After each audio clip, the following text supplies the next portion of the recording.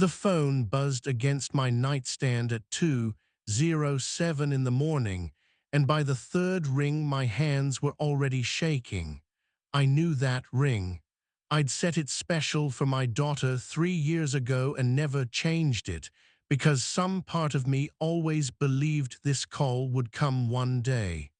Mom, just my name, and then nothing but breathing. Sarah, talk to me. Please come. Please, please come get me. She won't let me leave. I was out the door in under 90 seconds, still in the shirt I'd slept in, keys shaking in my hand so badly I dropped them twice on the porch steps. Sarah married into money. That's the version people like to tell at church, at the salon, at every gathering where somebody wanted to feel good about her. She married Daniel Whitfield, whose mother, Evelyn, owned half the commercial real estate on the east side of town and never let anyone forget it. Evelyn had opinions about Sarah's dress at the rehearsal dinner, opinions about the wedding cake, opinions about which hospital Sarah should deliver her first grandchild in, opinions strong enough that she'd shown up at the maternity ward with a folder of better options while Sarah was still in labor. I told myself it was just a strong personality. I told myself Sarah was tougher than she looked. I was wrong on both counts, and it took me 4 years to understand how wrong. The drive to Evelyn's estate took 19 minutes, and every one of them I replayed the last real conversation I'd had with my daughter 6 weeks earlier over coffee she barely touched. Evelyn wants us to move into the guest house, Sarah had said, stirring sugar into a cup she never drank. Daniel thinks it's smart. Free rent, close to his mom, good for the kids. What do you think? I think Evelyn hasn't let me raise my own children without her standing over my shoulder since the day Emma was born. Then say no. Sarah had laughed, short and humorless. You don't say no to Evelyn, you just survive her. I should have pushed harder that day. Instead, I drank my coffee and told her everything would work out, because that's what mothers say when they're scared and don't know what else to offer. When I pulled up to the estate that night, the porch light was blazing, and Evelyn was standing at the top of the steps in a silk robe, arms folded, looking down at me like I was hired help who'd shown up at the wrong entrance. You shouldn't be here, Karen. My daughter called me. Where is she? She's had an episode. She needs rest, not a scene in my driveway. An episode. The word landed wrong in my stomach. What kind of episode? That's a family matter, and you're not her family. Not anymore, not in any way that counts. Behind her, a curtain moved on the second floor, and I caught 1 second of Sarah's face pressed to the glass before it dropped away. She's not leaving tonight, Evelyn said, like she was reading off a schedule. Go home, Karen. I didn't go home. I walked straight past her, and when her hand closed around my wrist, I twisted free harder than I meant to, and she stumbled back against the door frame with a gasp loud enough to wake the whole street. I didn't stop. I took the stairs 2 at a time, calling Sarah's name, and found her in the guest room with the door locked from the outside, a chair wedged under the knob on Evelyn's side. I broke that chair getting her out. Sarah was thinner than I'd seen her in years, her wedding ring loose enough to spin on her finger, and there was a prescription bottle on the nightstand with a label I didn't recognize, filled by a doctor I'd never heard of, dated 4 days earlier. What is this?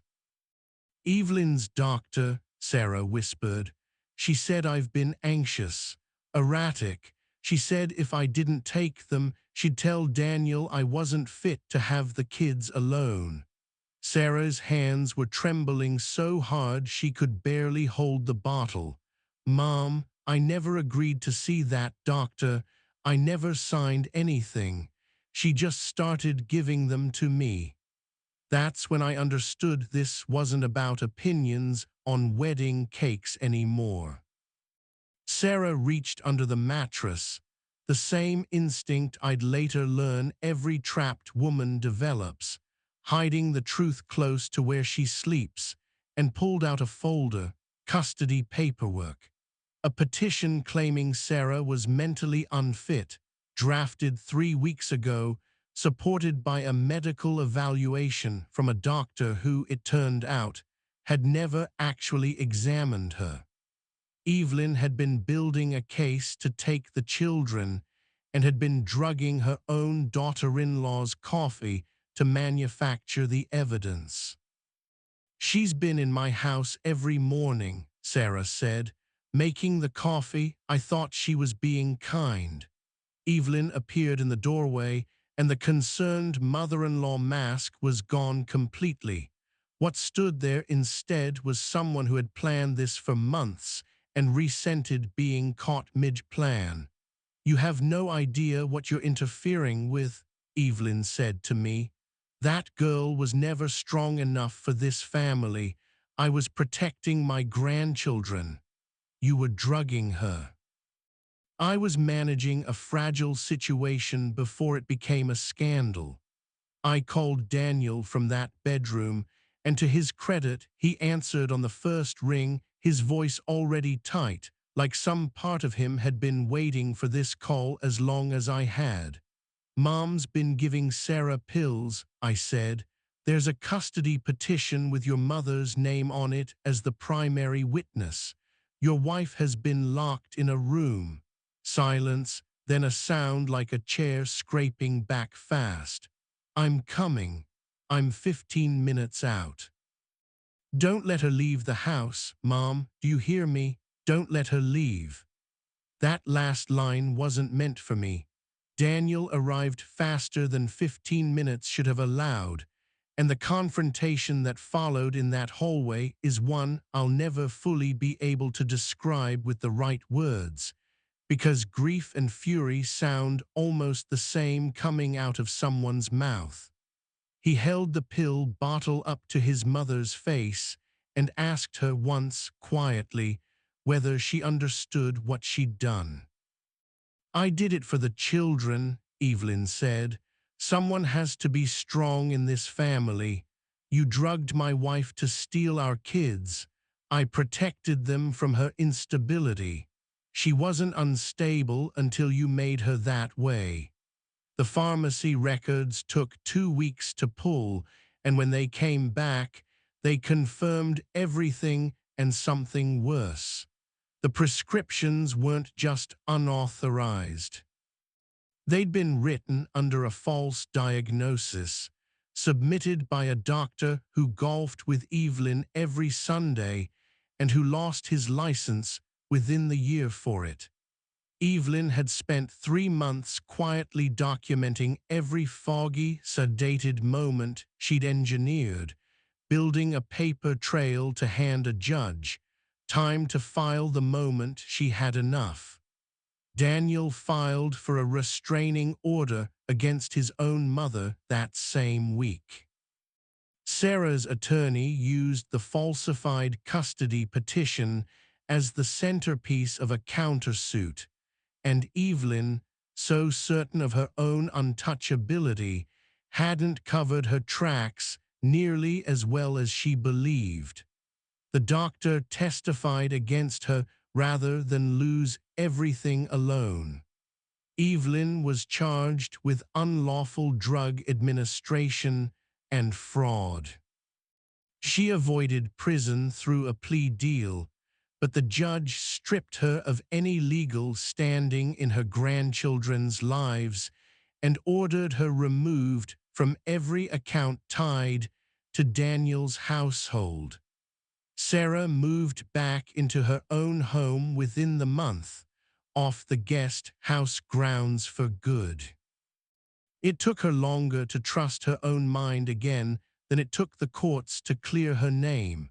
For weeks she'd second-guessed simple things, wondering if the fog she remembered had been real or imagined, until her doctor confirmed what the tests already showed. "You called me at 2 a.m., I told her one Sunday months later, watching her chase her kids around my backyard, steady on her feet, sharp in her eyes again. That wasn't weakness. That was the last clear thought you had before she took it from you. And it saved you."